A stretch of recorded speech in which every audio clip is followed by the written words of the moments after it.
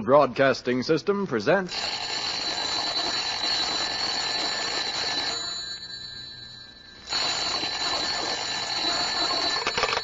Hello, I hope I haven't kept you waiting. Yes, this is the Crime Club. I'm the Librarian. Sentence of death. Yes, we have that story for you. Come right over.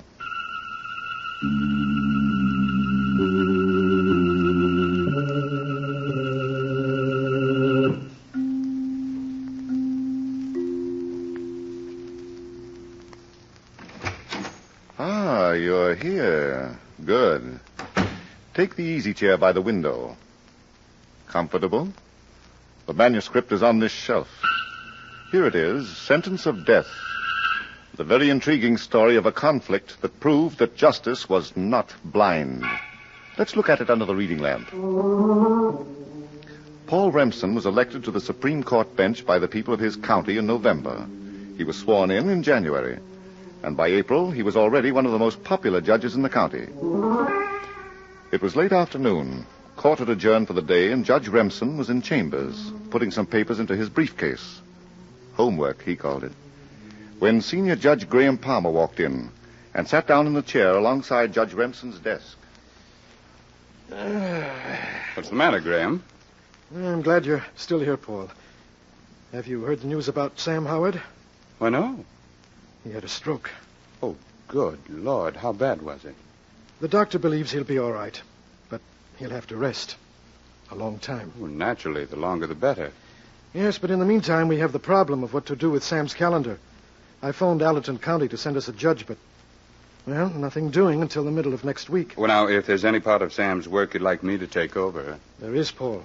A matter that's scheduled for tomorrow morning. Oh, of course. What is it? The People versus Martin Rivers. Martin Rivers. Oh. I know how you feel about such matters, and I do it myself, Paul, but the governor's appointed me to a special board of inquiry. I know. We start hearings the first thing in the morning. Yes.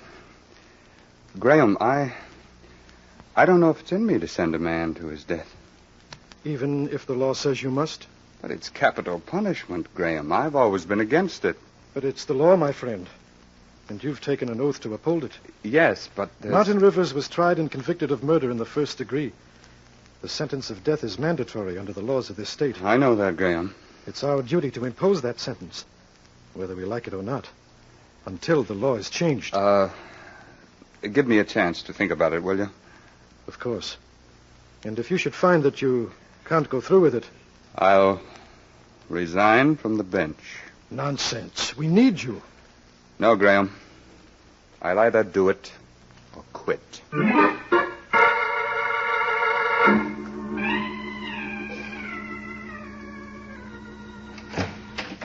Paul? Yes, Martha. Hello, darling. Did you have an exciting day in court? Yes. Pretty exciting. A big day, too, if those bulges in your briefcase mean anything. Homework? Maybe. Maybe. You sound like a very tired judge. Let's go into the living room, Martha. I'd like to sit down. You're worried about something, Paul? Yes. What is it?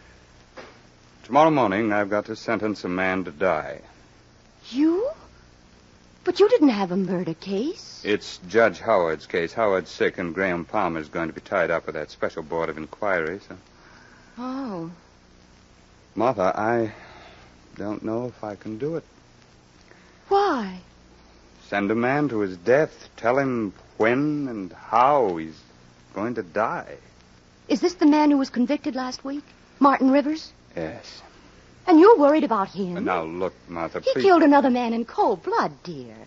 His victim never had a chance to defend himself. I know. But the state gave Martin Rivers every chance to defend himself, Martha... didn't it? He was given a fair trial and convicted. Now, there's nothing for you to be concerned about. No. Nothing except my conscience. I order a man's death, and then I have to live with myself. But, Paul, the man was a professional gangster. Heaven knows how many other people he's killed. Don't you think he should be punished? Yes, I do. Send him away to prison for life. Take away all his rights and liberties. But what right have we got to take a life we didn't create? What right did Martin Rivers have? Well, he lived by another code, the underworld, the law of the jungle. Take what you want, kill or be killed. You don't mean that, Paul. No, I guess I don't. No one has the right to kill, no matter what his code might be. But where does that leave me? What do I do? It's very simple. You have a sworn duty. Yes. Maybe I took on more than I can handle. What do you mean? Becoming a judge, deciding for other people. Oh, I don't know. I'm too confused right now to even guess what it's all about. Of course, dear. Why don't you go upstairs and lie down for a while? No. Dinner won't be ready for an hour. And a little rest will do you good. I couldn't rest, Martha. Well, try it anyway. I'll call you when dinner's ready. Listen, dear, I couldn't... Go ahead now. All great men have to make important decisions, Mr. Justice Remsen. You're no exception.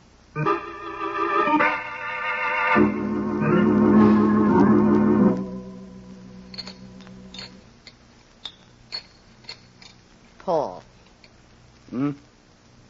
Oh, what is it, Martha?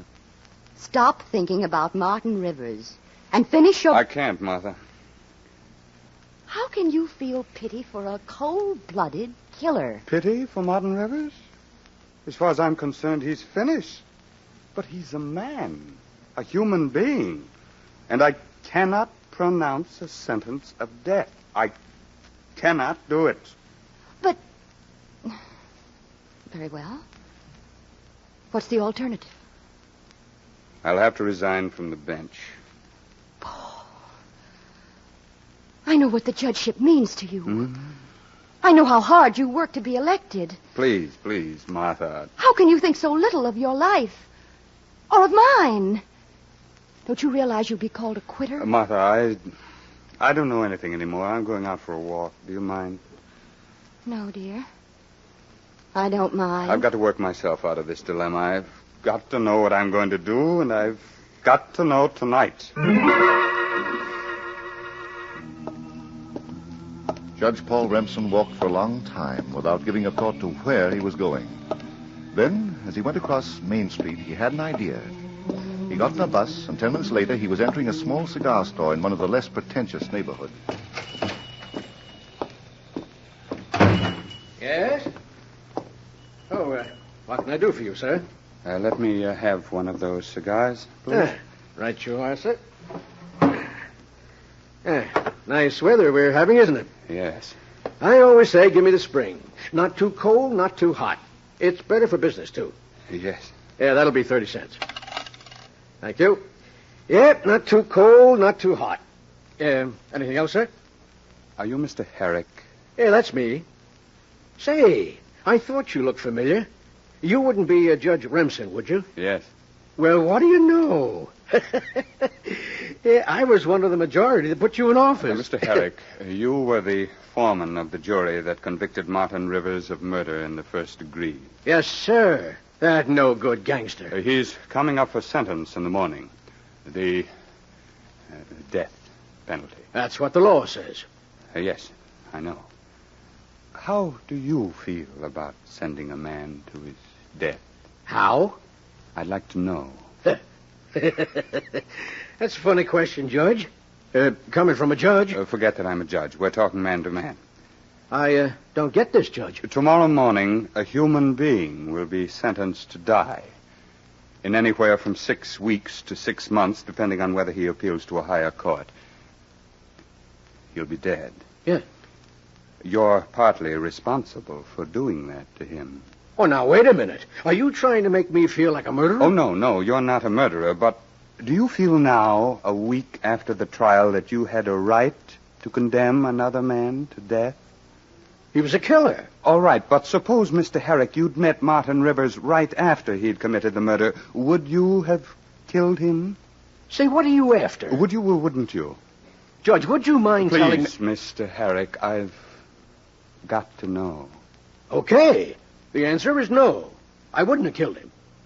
That is, not unless he tried to kill me. Oh, but he didn't Now, try. look, Judge, I don't know what this is all about, but I'm a member of society, a decent, law-abiding citizen, and I pay taxes to see that lawbreakers like Martin Rivers get what's coming to them. I don't want him around. Well, life imprisonment would have done the same thing, Mr. Herrick. No, not to my way of thinking. The fellow that killer shot didn't get a life sentence. He's dead. Now, maybe he was no good either, but that's got nothing to do with us. The law says that anyone who premeditates murder is... What am I doing telling you about the law? Oh, that's rich. Oh, I'm sorry, Judge, but it just struck me funny, that's all. Me telling a judge about the law. Mr. Herrick, it may not be as funny as you think. All right. You want to know how I feel? I think I can tell you. I've got no regrets about Martin Rivers or any other killer that's got to die. When I took the oath as a juror, I promised to keep an open mind and to bring in a verdict based on the evidence. Yes. That's exactly what I did. And I voted guilty on the first ballot. Now then, does that answer your question, Judge? Yes. Thank you. Good night. Yeah, good night, Judge. Drop in again sometime. I promise I won't start telling you about the law. Me telling the judge about the law.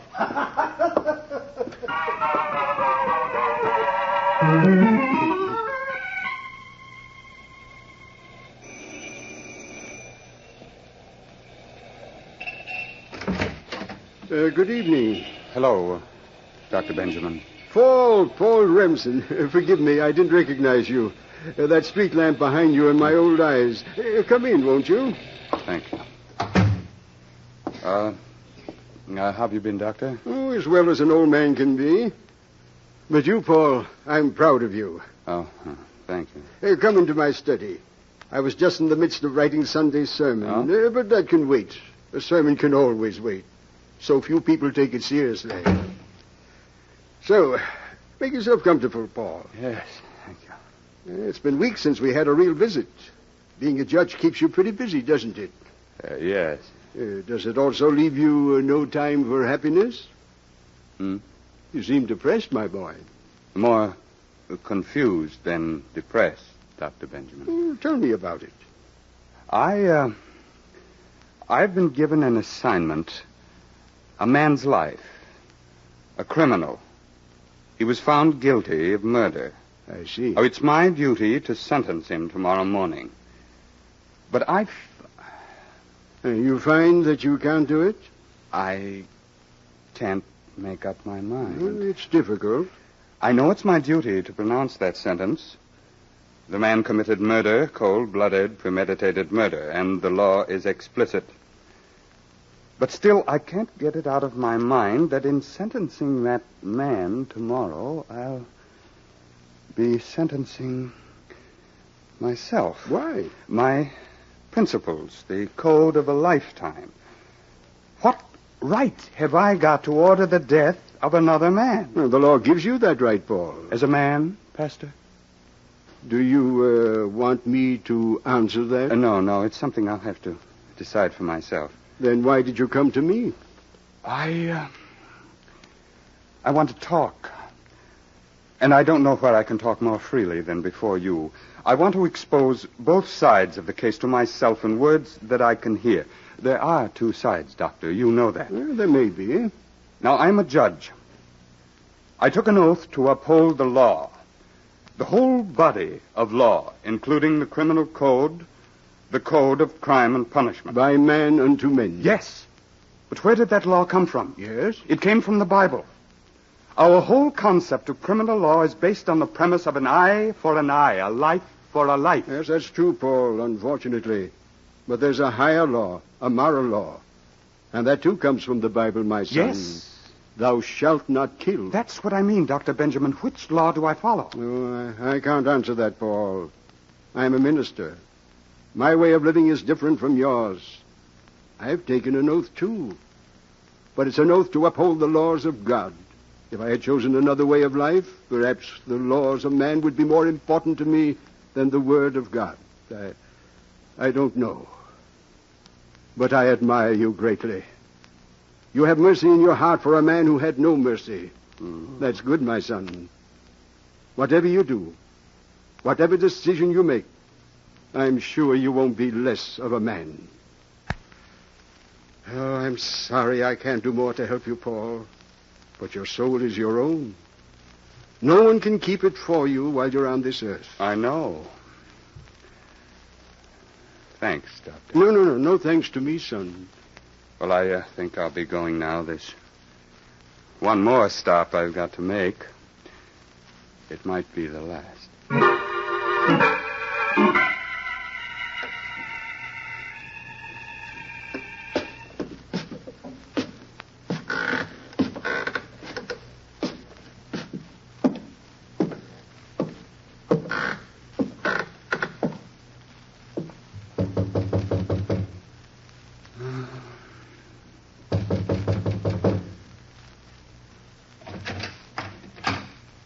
What do you want? Excuse me, I'm sorry to trouble you at this hour. What do you want? I'm Judge Remsen of the County Supreme Court. I'd like to come in for a moment, if I may. Judge Remsen of the Supreme Court, but I... Please, Mrs. Dover. Oh, sure. Come in. I'm sorry. You see, I wasn't expecting you, and the house is in an awful mess. Oh, please don't apologize to me. My daughter Mary went out and left everything for me to clean up. She always helps me, but tonight she... Judge, what do you want? Your son, Frank, was killed by Martin Rivers 4 months ago. You've come here to talk about Frank? No. I've got to sentence Martin Rivers to die. To die? Mother... Well, do you think I ought to say no? You can't stop it, Mrs. Dover. The law makes it compulsory. If I don't do it, another judge will. He killed my boy. If you could say no, if you could stop the sentencing, would you do it? You're asking me, Frank's mother? I'm trying to make up my own mind, and I must know how you feel. Oh, what good will it do me if that man dies? Will it bring back my son? Will it help me to sleep at night? Is that how you really feel? Well, will it? You would keep him alive, wouldn't you, if you could? Let him live? If you could. Well, why didn't he let Frank live? He killed him. But... All right. Frank was no good. He told lies. He beat people. He was a gangster with a gun in his pocket. He slept all day and all night he was out. Oh, no, Lord. I'm sorry, Mrs. Dover. Oh, well, maybe he was a thief, too, but for that you don't deserve to die, to be murdered. No one has a right to kill. No one, Mrs. Dover. Is that what you really feel? Oh, how can I say what I feel, Judge? I brought up 2 children. One's gone. One night he said to me, "So long, Mama." And he went out. Then the police came and told me he was dead, a bullet. How do I feel now, Judge? Oh, who can say when there's so much pain? But do you want revenge? Do you want Martin Rivers to pay with his life for what he did to your son? Martin Rivers, he doesn't mean anything to me, whether he lives or dies. I don't hate him, though. He killed my Frank, but I don't hate him. I'm sorry for people that kill. That's how I feel when I'm not mixed up. I've lost my boy, but... Oh, no. I don't want to kill. I think that's how most of us feel when we're not mixed up. Good night, ma'am. You've been a great help. Judge Paul Remsen went home and he went to bed. But he didn't sleep. All night the words he had heard, the opinions expressed by the different people kept running through his mind. He couldn't sleep. The sentence is mandatory, Paul. It's our duty to impose that sentence until the law is changed. He was given a fair trial and convicted. That's more than the man he killed got, Paul. He was a killer, Judge. I pay taxes to see that killers like Martin Rivers get what's coming to them. I did my duty as a juror and a citizen. My duty. Yes, Paul. An eye for an eye, a life for a life. But there's a higher law, a moral law. And that too comes from the Bible. Thou shalt not kill. Oh, what good will it do me if that man dies? I've lost my boy, but I don't want to kill. That's how I feel when I'm not mixed up. Your career. Now you want to throw it away because of some silly notion. How can you think so little of your life? You'll be called a quitter. It's your duty, Paul. The law, Judge. Our duty. Your duty, dear. Duty? What am I going to do? What?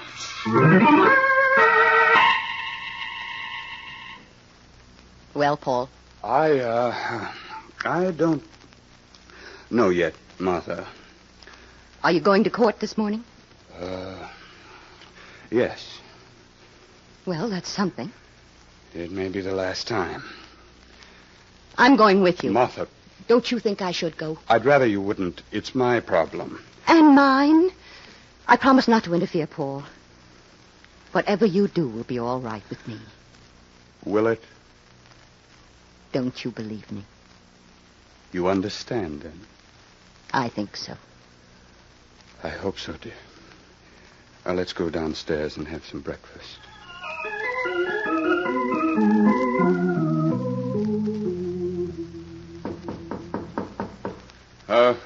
Come in. Excuse me, Judge. Yes. What is it, Henry? I just looked in to see if everything was all right with you, Judge. It's pretty near 11 o'clock. Come in, Henry. Close the door. Yes. The courtroom's kind of crowded with lawyers waiting for things to get started, Your Honor. Yes. Not that I give a hoot and holler about them, but we're an hour behind schedule, and that means we finish up late this afternoon. Did you see Mrs. Remsen out there? Oh, yes. Right in the first row with the spectators. Do you want me to send her in here? Where's Martin Rivers? Huh? Martin Rivers. Well, they've got him in the detention room. He's waiting, too. Well... Of course, he's in no hurry. What's the matter, Judge? You worried about him? It's about him. And about me, too. Yeah. I sort of figured it was that business that was keeping you in chambers so long. Henry, how long have you been a clerk in this courtroom? Well, pretty near 40 years. You've seen many judges and many murderers. You've heard the sentence of death pronounced many times. Enough. Have you ever thought how you would feel if you had to pronounce that sentence? Uh-huh. Could you do it? Well, maybe not, so long as I was me. I see. But if I was a judge, it wouldn't make any difference. Oh? Why not? Well, a judge isn't a man, Your Honor. He isn't human. Oh, Henry, is this something new? No, sir. It's as old as history. A judge has got no right to be human. And that means he's got no right to work with his heart. I see what you mean, but where would you draw the line between the man and the judge? That black robe you're wearing, that does it. Hmm? When you put on that black robe and go out there into the courtroom and get up on that bench, you stop being a man. You become that robe, the law, the symbol everybody respects or is afraid of. Why do people have to stand up when the judge comes into this courtroom? The symbol? The black robe? It isn't because they respect the man that's wearing that robe. Maybe they do, and maybe they don't. That's a personal matter. But they stand up for the robe. They've got to. It's the will of the people. The black robe. And that's how you've got to look at it, Judge. There's nothing personal in what you do when you're wearing that robe. Why? Because you're not in it. What's that? Not you as Paul Remsen. What's in that robe is a book that was written down at the state capitol a long time ago. The law. That's the will of the people, too, Your Honor. But a man must be sentenced to death. Did he sentence another guy to death? Yes. And did he execute that sentence? Yes, but... Well, then there's no two ways about it. The book says he's got to die. And the book says the robe's got to tell him so. That's all there is to it. Yes, I know, but is it right? Is it? Well, ask the book and the robe. Book and the robe? Well, Judge, are you ready? Ready? Yes, I'm ready. Let's go.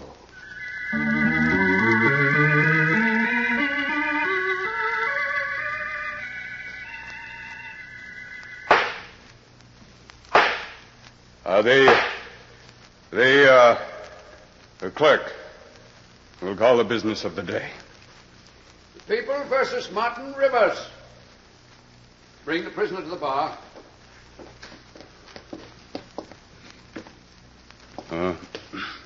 Would counsel for this man like to say a few words? No. The court realizes that counsel cannot say anything to affect sentence. But, Martin, I would like to say a few words to you.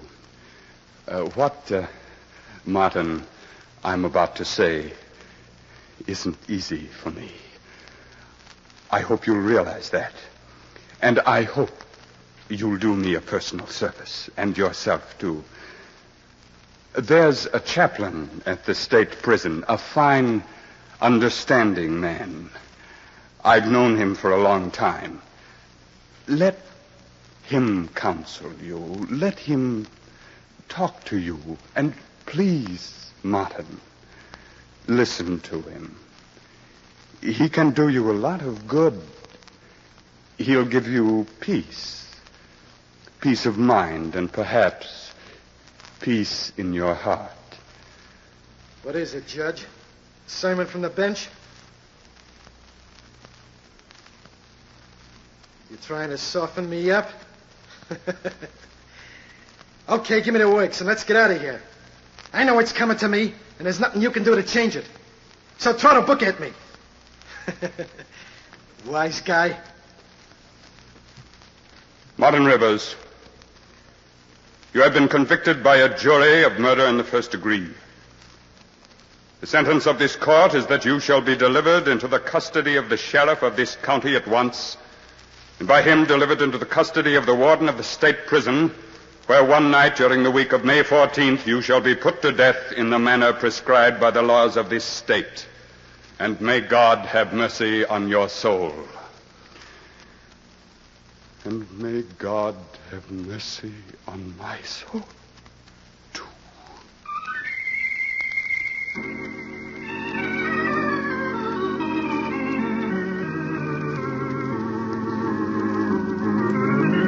And so closes tonight's story, Sentence of Death.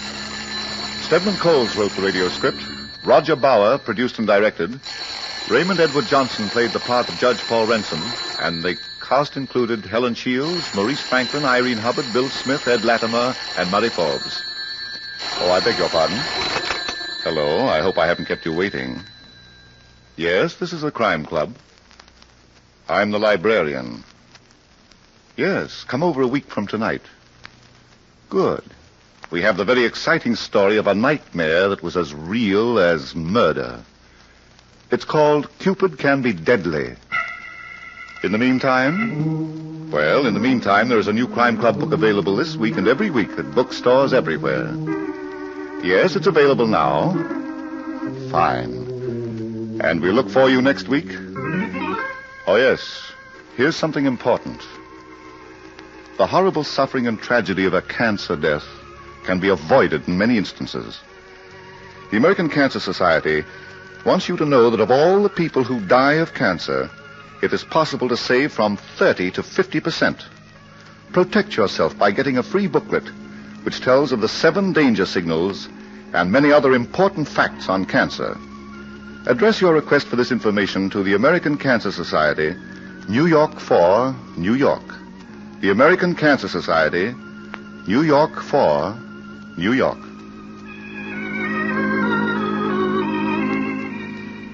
This program came from New York. Stay tuned now for another mutual favorite, Quiet Please, which follows in just a moment.